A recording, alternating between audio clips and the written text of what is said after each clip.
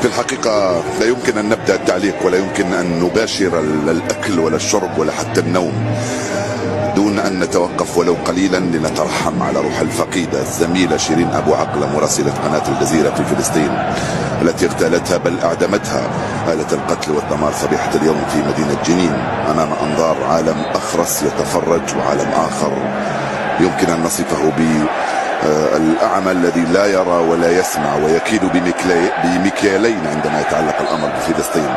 استسمحكم للحظات لأن صدمتنا كانت كبيرة اليوم وحزننا عميق في مقتل ابنة القدس الشريفة الزميلة العزيزة التي كبرنا على صوتها وهي تنقل لنا صور معاناة أبناء شعبنا الفلسطيني العظيم على مدى سنوات.